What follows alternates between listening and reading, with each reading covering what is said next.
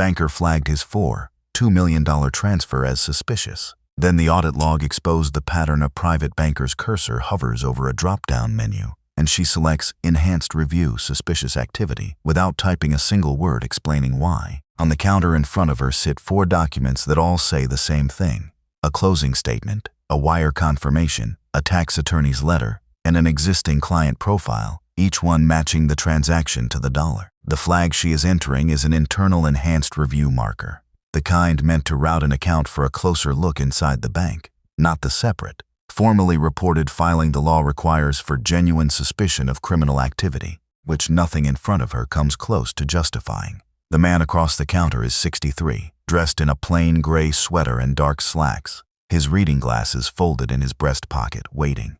He has not raised his voice. He has not questioned a single procedure. He asked one question calmly, after watching her type. "Can you tell me what category you just entered?" She does not answer him directly. 12 feet away, at the next station, a white businessman in a rumpled suit is missing half his paperwork for a similar-sized transfer, and the teller helping him is already on the phone with his attorney's office, smiling, sliding him a cup of coffee while they wait. A new hire named Devika Rao, 3 weeks into her training at the counter behind them, watches both interactions at once and understands, before anyone tells her anything, that she is watching 2 different banks operate under one roof.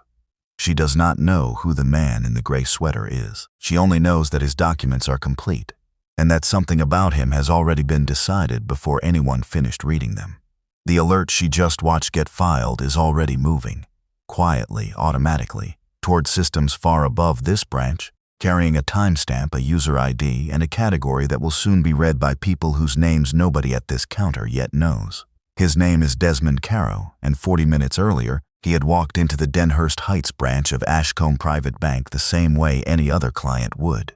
Through the front doors, past the marble reception desk, holding a plain leather folder under one arm. He was there to finalize the funding of a family trust, $4.2 million from the sale of the consulting firm he had built and run for over 30 years.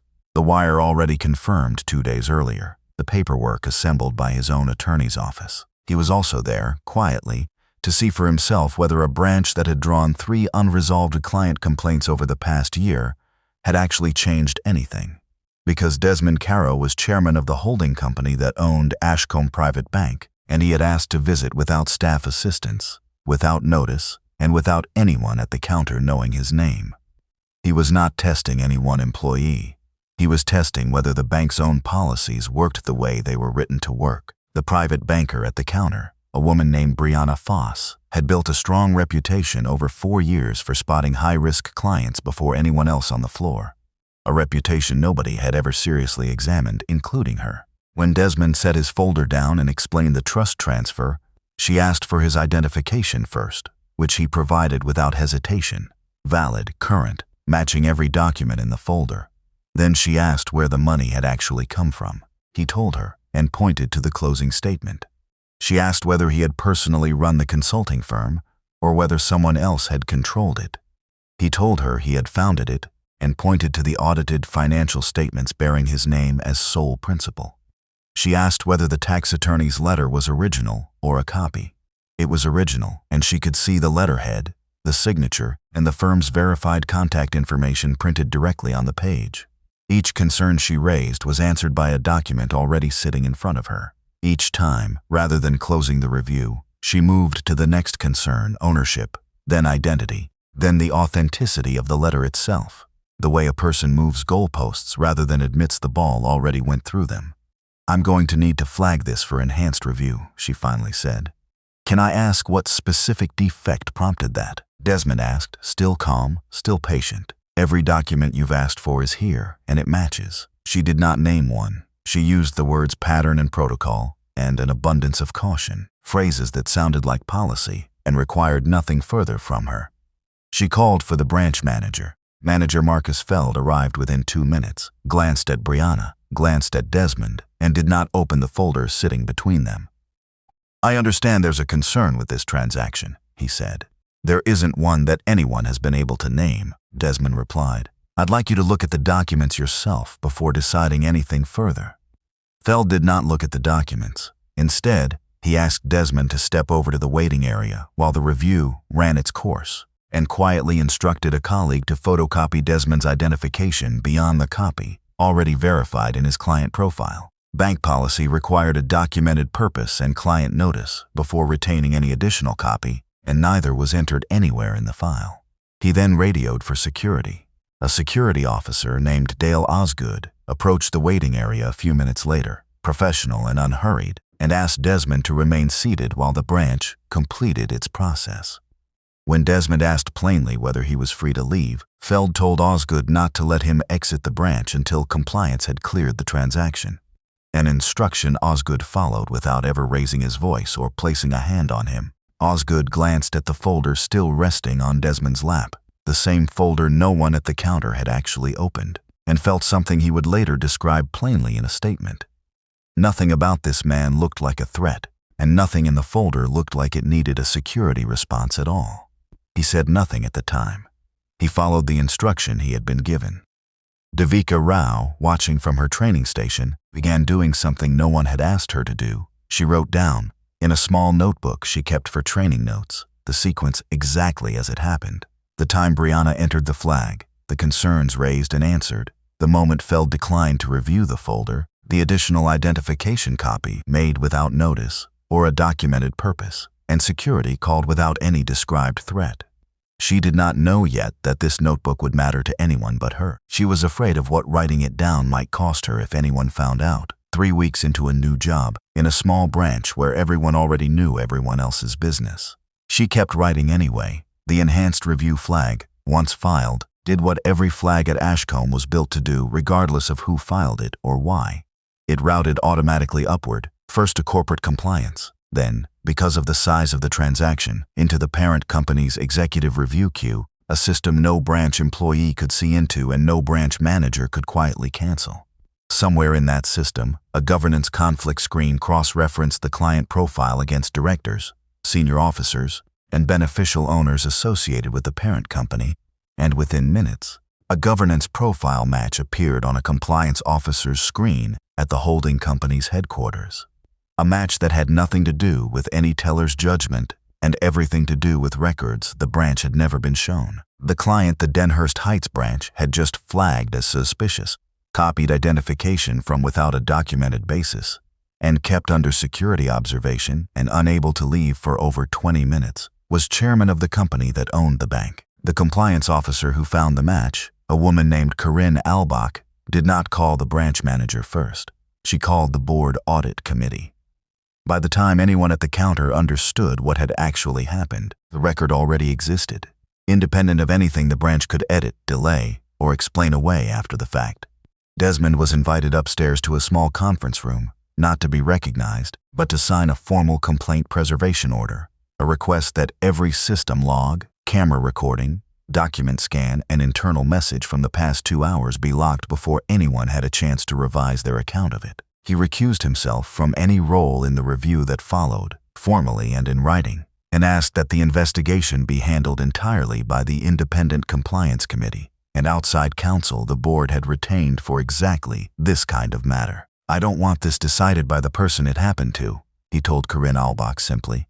"I want it decided by what the record shows." The record, once assembled, showed more than one afternoon at one counter.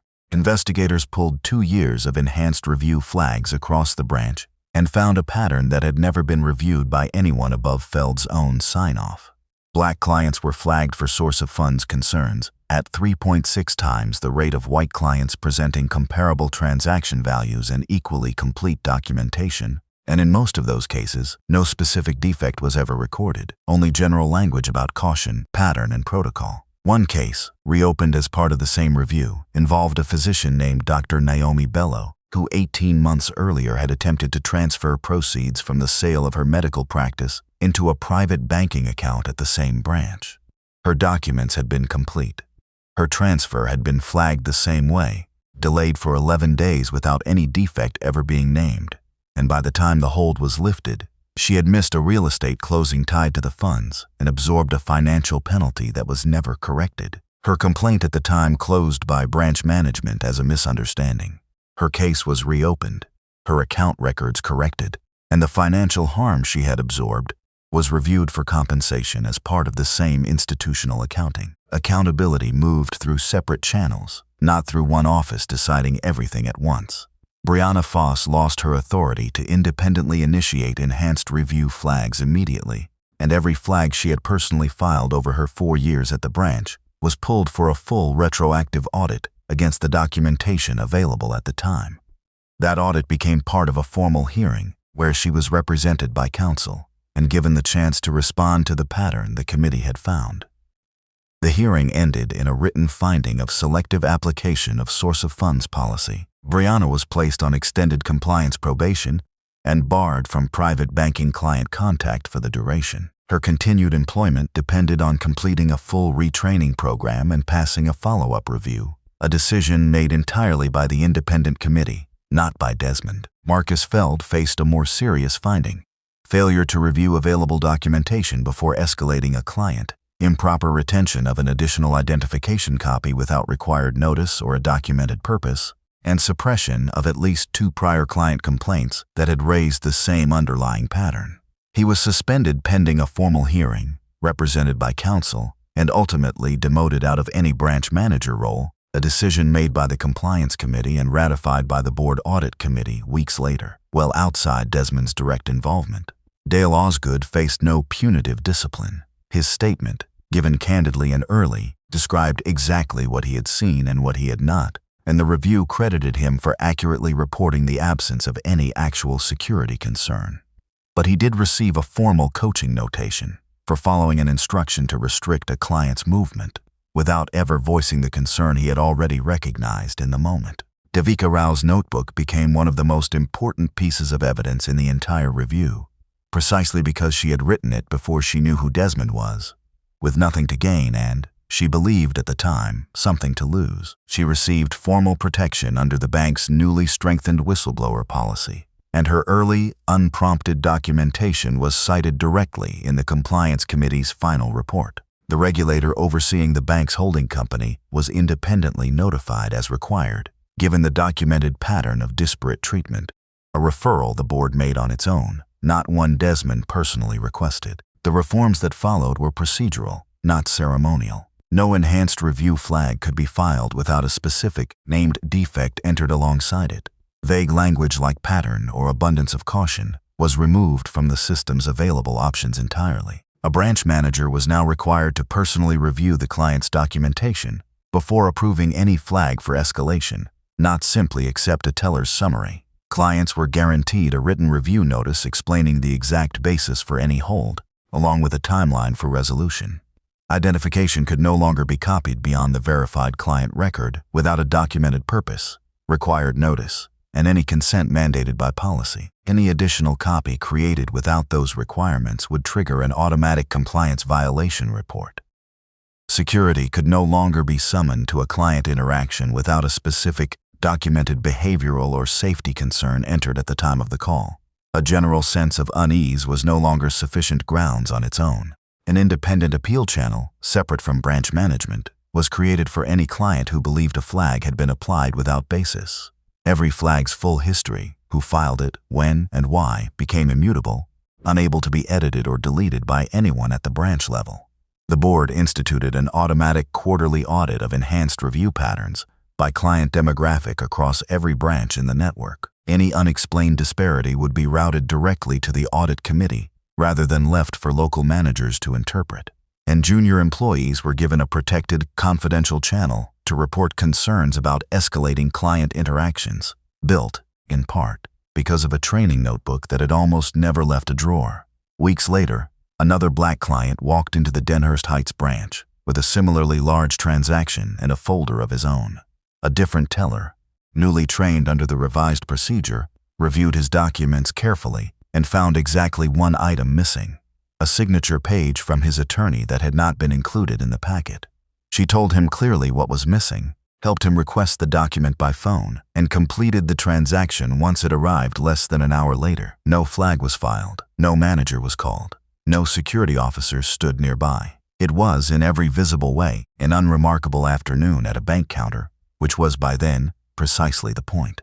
Desmond Carrow's trust was finally funded that same week. The original folder accepted without further review, the $4.2 million moving exactly where he had intended it to go from the start.